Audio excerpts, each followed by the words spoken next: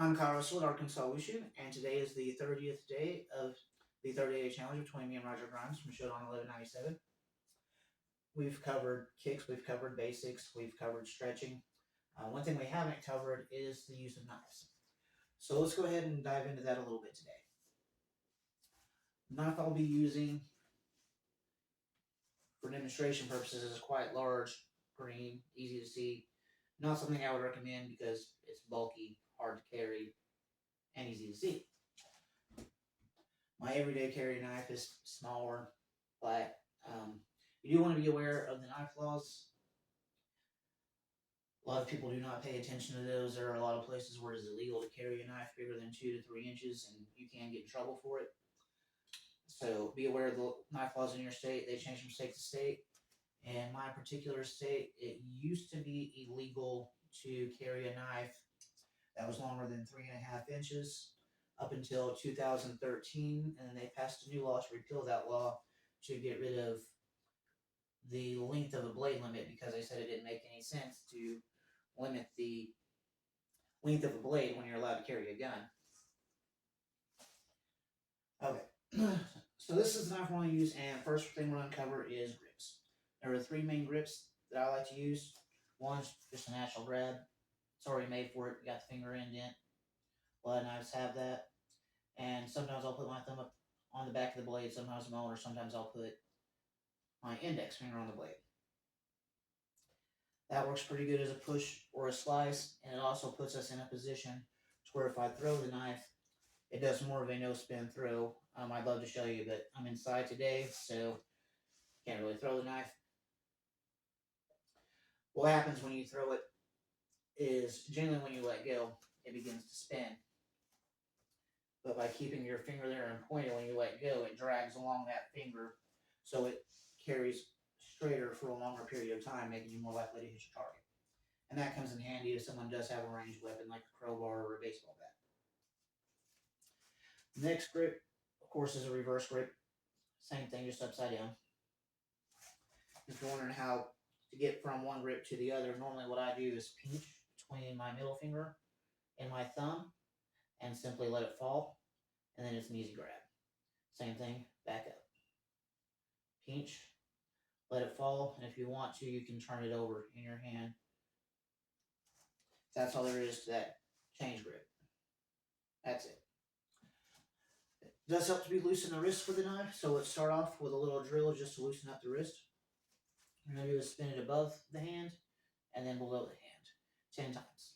1, 2, 3, 4, 5, 6, 7, 8, 9, and 10. Other side. Not left-handed, so this one's probably going to be pretty ugly. 1, 2, 3, 4, 5, 6, 7, 8, 9, and 10. Alright, so now we know how to change the grips. We'll loosen the wrist up a little bit. Let's do a few techniques. First easy one, like I said, we can learn it without the knife first by looking at our self-defense techniques. We look at plucking the bird from the sky from brown belt. It starts with a push to the side and a strike up with a vertical.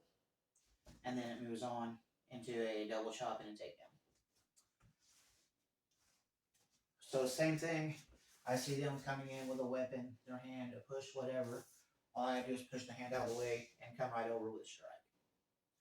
And then I can step through and slice. And if I use that same throwing hand, it goes through pretty easy. So let's do that 5 times on each side.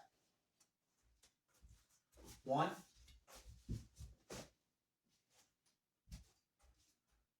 2,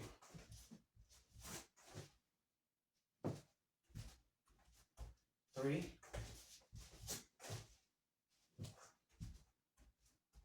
4,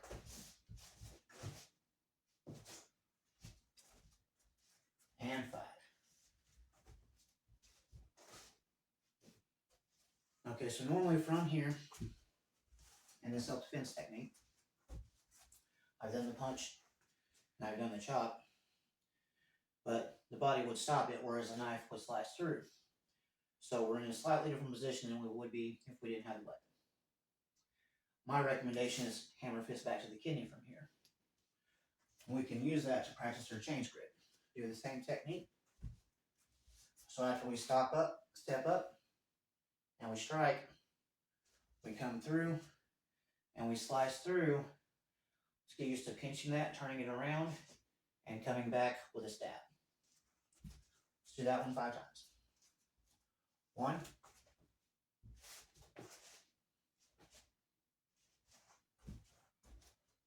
2. I need to improve my stances there a little bit. They're a little bit weak today. 3.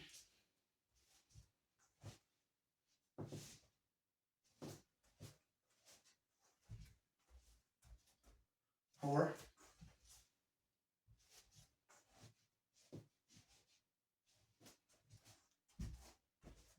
And 5.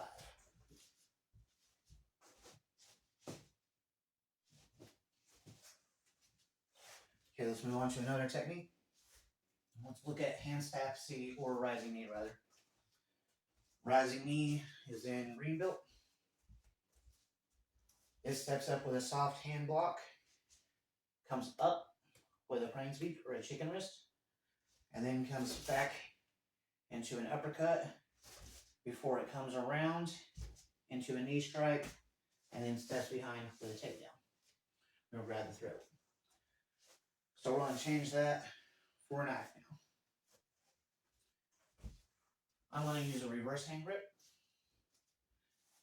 because although it would work quite well if I just went straight up from here and around into, I'm not ready to end it here. I want to do something a little less vital. So we're going to hit with a handle, using the butt of the handle as our weapon, and then come back around into an uppercut, and actually use an uppercut. But then we can slice out and up as we come up and behind. If we need to turn that, we can. Or if you're pulling with that blade, you're probably going to catch them with some part of it anyway. So far we have push up, hit with a handle up, come around into your uppercut, slice up. You can put that behind them or in their back a little bit, and then pull, get your slice into your knee. This is where you would step behind. Normally we would grab the throat and hit, but we have this knife, so it's going to be a slice instead. That's going to be our kill shot. Okay. So 1, step up, chicken wrist, praying sweep, slice up, behind, hit, step and slice. 2,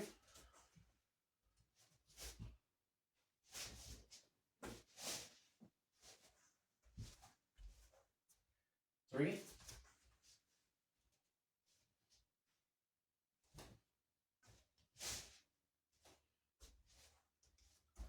4,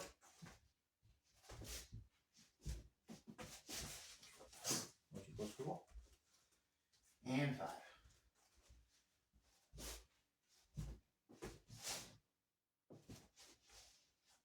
Alright, I'm going to do one more technique to finish off. I'm going to choose another brown belt technique just for fun. I will do hands of Fu Manchu. If you don't know this technique, step up with a fork extended block, up in between the arms, bring them back, chop back to the neck with an upside down palm, chop back again, the throat. Then you're going to do a vertical punch to the solar plexus, back fist to the head, back to the solar plexus again, back to the head again, and to the nose.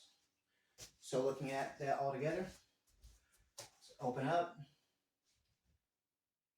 2 chop strikes, a vertical strike, and a back fist strike. And these are just moving in a scissoring motion. And you can use these, it's fun if you can get it down in sparring, because then you can just walk people across the room with it. So let's look at that without the weapon 3 times, and we'll look at it with the weapon 3 times. Just want to open up. 1, 2, 3, 4, 5, 6, 7. One more time. Or 2 more times. 2. 1, 2, 3, 4, 5, 6, 7. And once more. Open up. 1, 2, 3, 4, 5, 6, and 7. With a knife. So for here, I'm going to use my regular grip with the thumb on the back. I'm going to open up the same, but this time obviously it's going to cut the arm a little bit when it comes out and slices down. The hit here, instead of, if I go high, it'll go across the throat, or I can go low to go across the ribs, either way, or come down at a 45-degree angle since we're between their arms. However you prefer to do that. To me, it feels most natural to go a little bit low, so that's what I'm going to do. And then your back fist, now you're loaded up. All of your verticals become jabs, and then instead of to the nose, of course, you might move that to the throat. All right, let's do that 3 times. 1,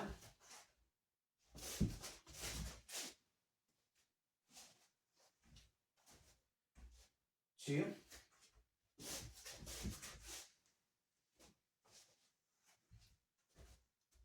and 3.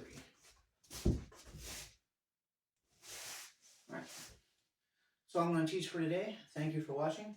Hopefully you've enjoyed this series. Go check out Roger's video if you haven't done that already. Please hit like and subscribe. This series is now over, but I'm sure we'll be doing something else soon, maybe separately, or I may find someone else to collaborate with. Anyways, I'll see you guys in the next video. Thank you for watching.